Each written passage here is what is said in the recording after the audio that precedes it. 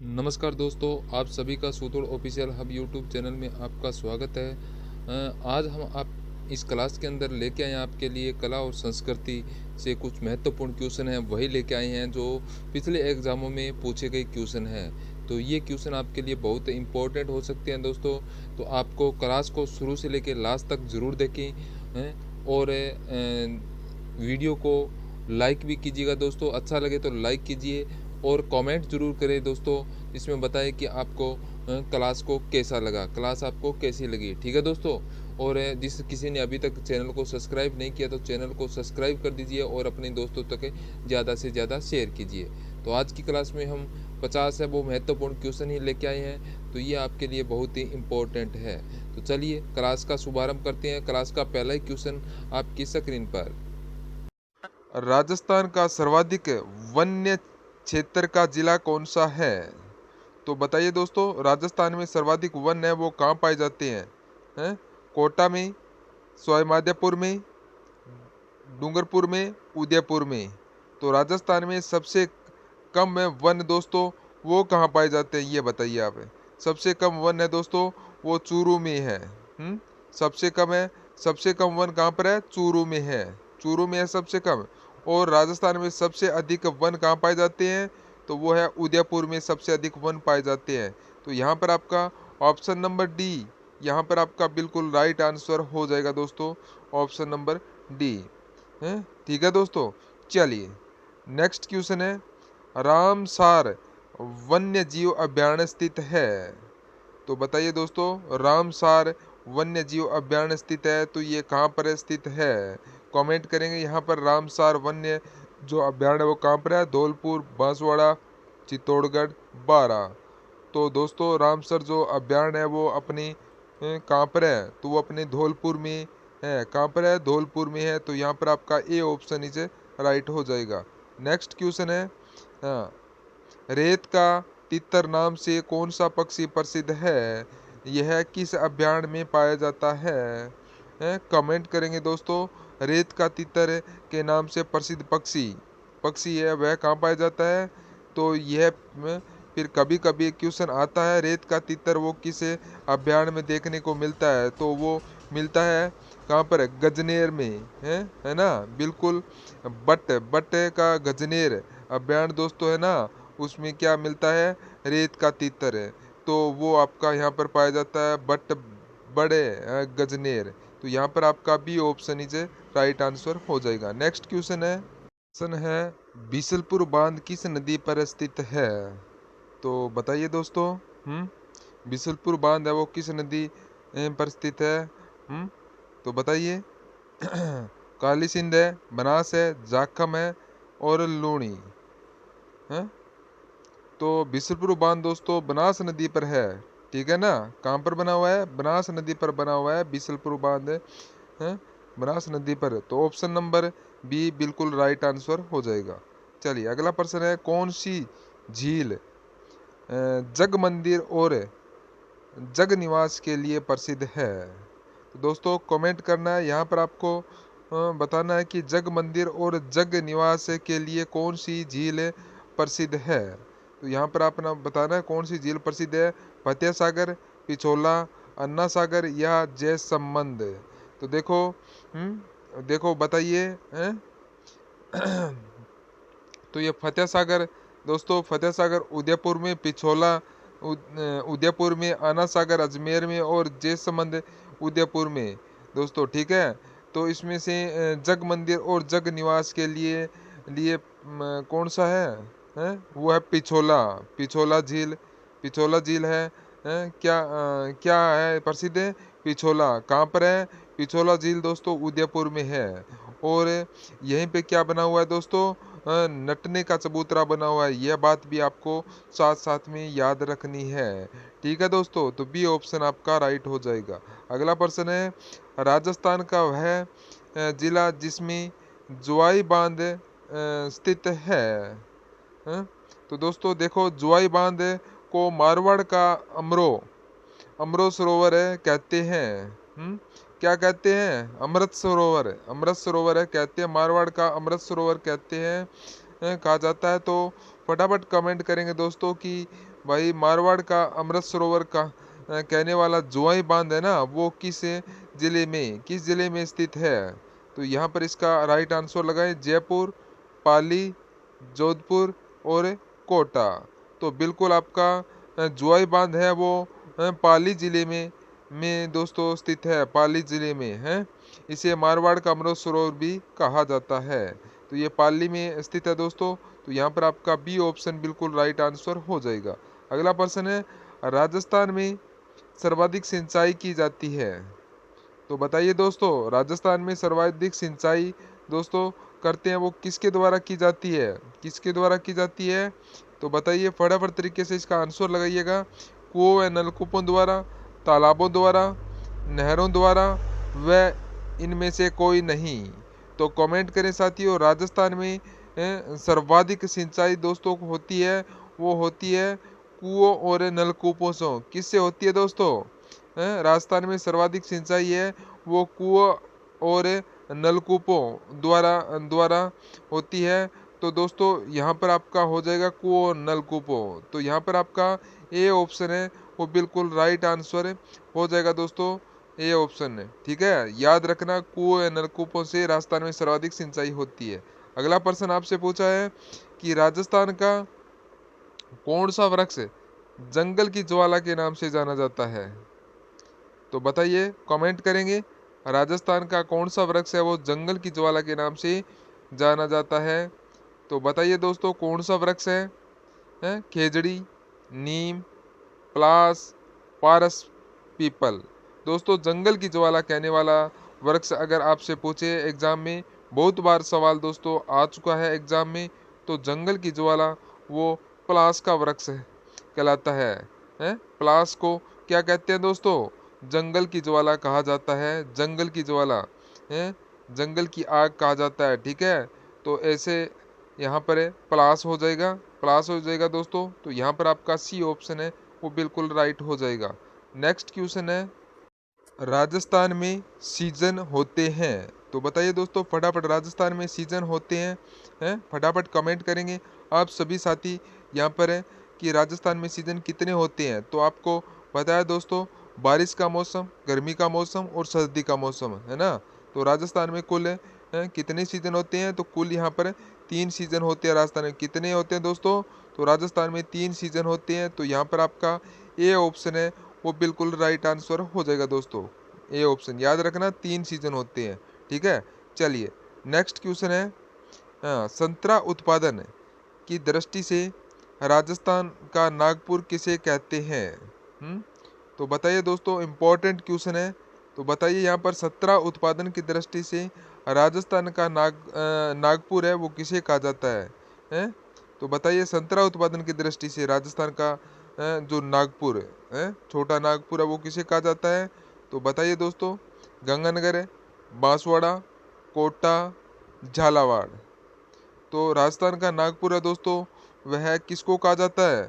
तो दोस्तों ये झालावाड़ को वो कहते हैं। किसको कहते हैं? झालावाड़ को। झालावाड़ राजस्थान में सर्वाधिक वर्षा वाला जिला भी है। ठीक है दोस्तों, ये भी आपको याद रखना है। यहाँ पर बारिश से अधिक होती है। तो यहाँ पर दोस्तों संतरों का उत्पादन होता है, इसलिए इसे क्या कहा जाता है? राजस्थान का नागपुर कहा जाता है। तो दोस्तों याद रखना, तो ये आपका यहाँ पर इसके अंदर डी ऑप्शन है वो बिल्कुल राइट आंसर हो जाएगा, झालावाड़। ठीक है दोस्तों, चलिए नेक्स्ट क्वेश्चन है, बाड़मेर का मालानी क्षेत्र किस गोवंश की उत्पत्ति का क्षेत्र है?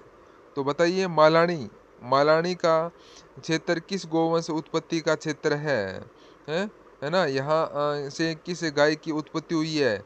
कौन सी गाय की उत्पत्ति है यहाँ पर, ये वो बताना है। मालानी गाय की थार पाकरा है, मालवी होगी, थार पाकरा होगी, मेवाती है, काकरेज है।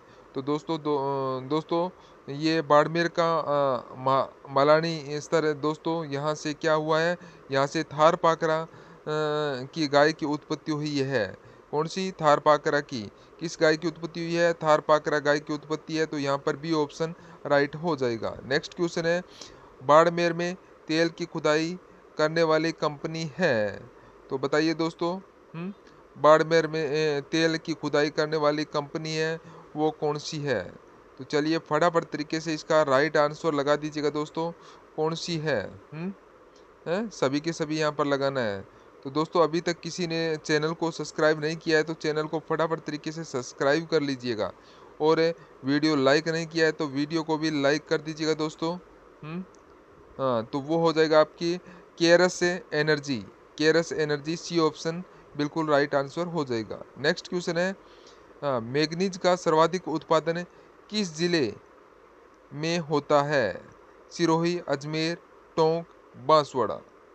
तो बताइए दोस्तों, मैग्नीज का सर्वाधिक उत्पादन है वो किस जिले में होता है? मैग्नीज का सर्वाधिक उत्पादन, तो दोस्तों बांसवाड़ा से। कहाँ से होता है? बांसवाड़ा से होता है दोस्तों।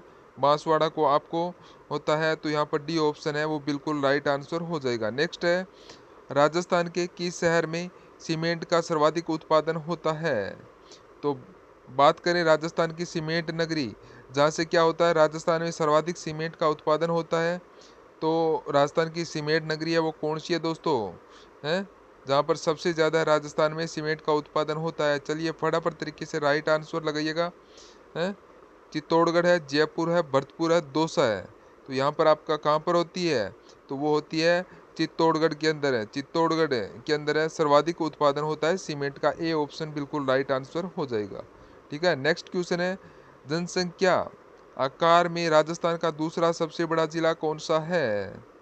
तो बताइए दोस्तों, जनसंख्या आकार में राजस्थान का दूसरा सबसे बड़ा जिला कौन सा है? दूसरा सबसे बड़ा जिला कौन सा है दोस्तों? तो राजस्थान का सबसे पहला जिला दोस्तों है वो आपका हो जाएगा जैसलमेर। बट अगर आपसे दूसरा जिला पूछे तो वो दोस्तों कौन सा है? तो वो आपका हो जाएगा कौन सा हो जाएगा इनमें से? अलवर, भरतपुर, जोधपुर, उदयपुर में से इनमें से कौन सा हो जाएगा? है तो आपका ऑप्शन से बाहर नहीं जाएगा, जाना है। क्योंकि देखो बीकानेर वगैरह, यहाँ जो आपके बाड़मेर वगैरह है वो ऑप्शन में नहीं है, तो यहाँ पर है अगर है दोस्तों करेंगे तो बताओ कौन सा उत्तर आ सकता है, आएगा आपका यहाँ पर राइट। फटाफट कमेंट करेंगे। जनसंख्या का पूछा है तो जनसंख्या में तो पहला है जयपुर, पहला तो जयपुर है। जनसंख्या में दोस्तों कौन सा है? जयपुर है क्षेत्रफल में।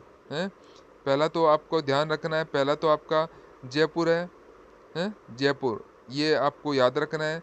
क्षेत्रफल में अगर पूछा जाए, पूछा होता तो ये सबसे बड़ा है, तो पर जनसंख्या में जयपुर है, और जयपुर के बाद में दूसरा है वो है आपका जोधपुर। जोधपुर, ठीक है। तो यहाँ पर ध्यान रखना, जयपुर के बाद में जोधपुर हो जाएगा, ये आपको ध्यान रखना है। तो यहाँ पर जनसंख्या का पूछा है तो जयपुर, क्योंकि सर्वाधिक है जो जयपुर में रहते हैं, ठीक है। और अगर आपसे क्षेत्रफल में पूछे जाए तो जैसलमेर है, ठीक है। तो यहाँ पर आपका दोस्तों जयपुर के बाद में सेकंड नंबर पर आपका आएगा, तो वो आएगा जोधपुर जिला आएगा।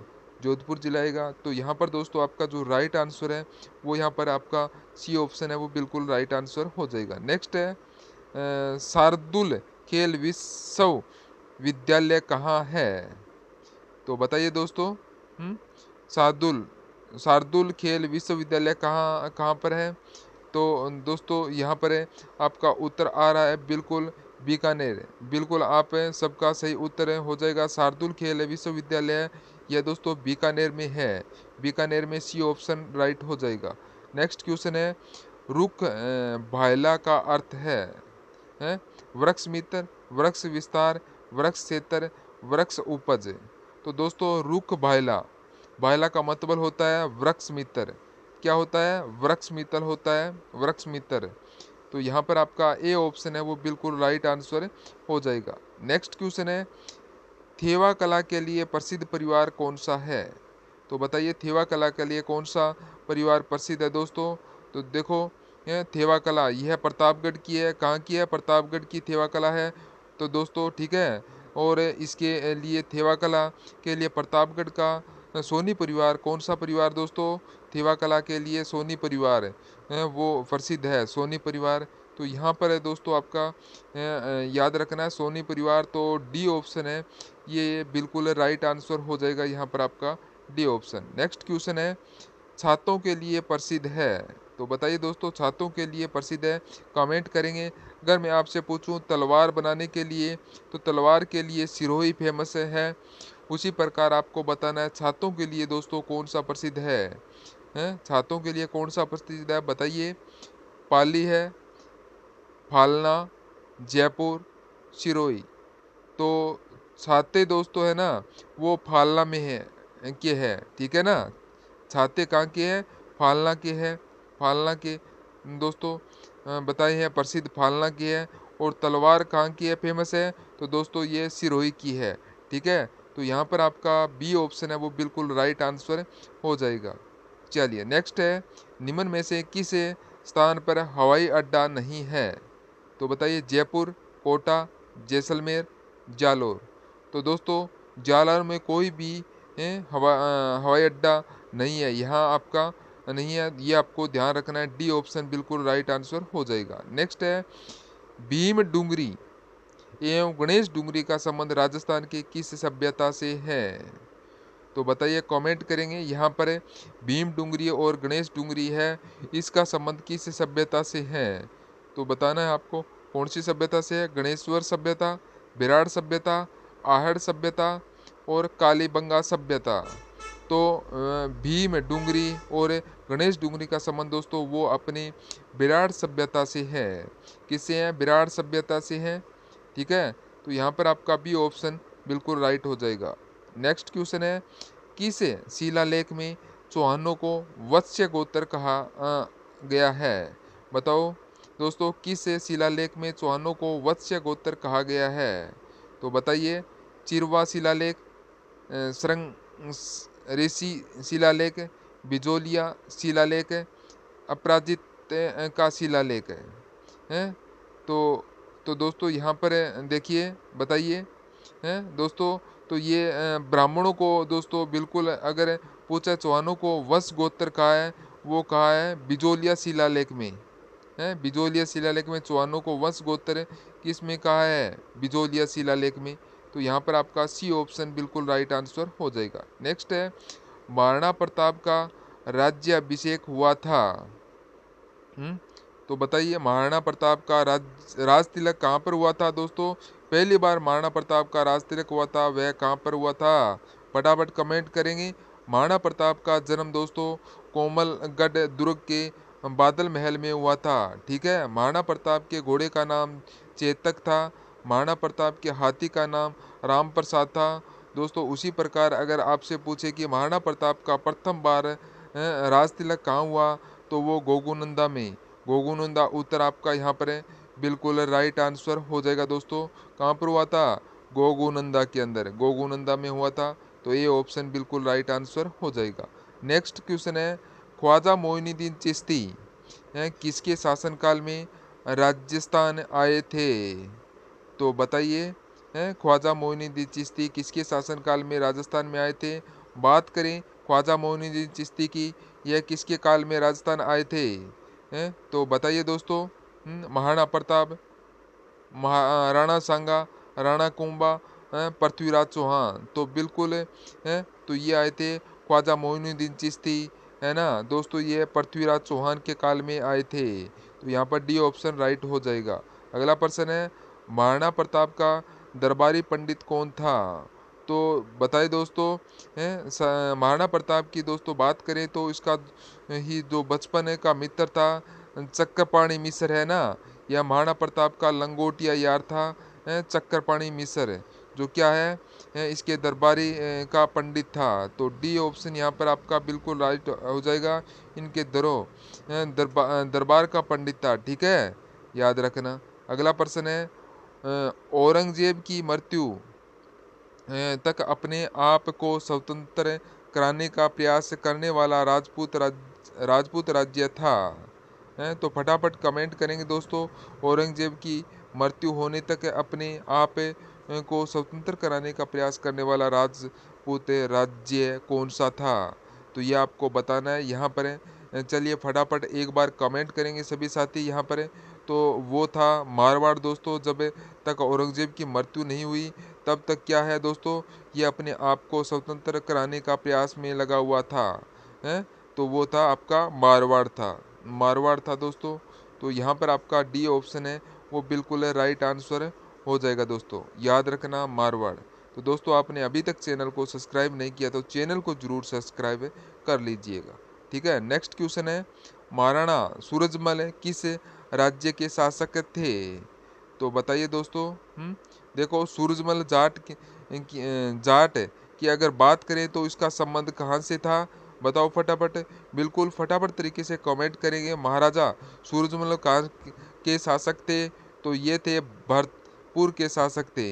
हैं, कहाँ के शासक थे? भरतपुर के शासक थे। तो यहाँ पर डी ऑप्शन राइट हो जाएगा। ठीक है, नेक्स्ट क्वेश्चन है, जेम्स टोड ने किसे राठौड़ों का यूलिसेस कहा है? तो बताइए दोस्तों। बताइए किसे कहा है? हैं? तो यहाँ पर देखिए, राव चंद्रसेन को, महाराजा अजीत सिंह को, महाराजा जसवंत सिंह, वीर दुर्गादास हैं? तो बताइए।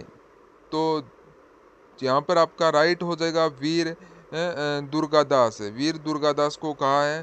तो यहाँ पर डी ऑप्शन बिल्कुल राइट आंसर हो जाएगा। अगला प्रश्न है, शारदा एक्ट के प्रणेता थे? बिल्कुल आपका यहाँ पर क्या हो जाएगा दोस्तों? शारदा एक्ट के प्रणेता थे, कौन थे दोस्तों? बताइए। अर्जुन लाल सेठ, अर्जुन लाल सेठी, राय बहादुर हरविलास, गोकुल भाई भट्ट, मोहनलाल सुखाड़िया हैं? तो शारदा एक्ट के प्रणेता थे वो थे दोस्तों राय बहादुर हरविलास। तो यहाँ पर आपका बी ऑप्शन बिल्कुल राइट आंसर हो जाएगा। चलिए नेक्स्ट है, उदयपुर में परोपकारिणी सभा किसने स्थापित की? तो बताइए दोस्तों। परोपकारिणी सभा के बारे में ज्योतिबा फुले, दयानंद सरस्वती, ज्योतिबा फुले, दयानंद सरस्वती, ईश्वर चंद्र विद्यासागर, स्वामी विवेकानंद हैं? तो उदयपुर में परोपकारिणी सभा की स्थापना करने वाले थे वो थे कौन है? दयानंद सरस्वती। दयानंद सरस्वती दोस्तों। तो यहाँ पर बी ऑप्शन बिल्कुल राइट आंसर हो जाएगा।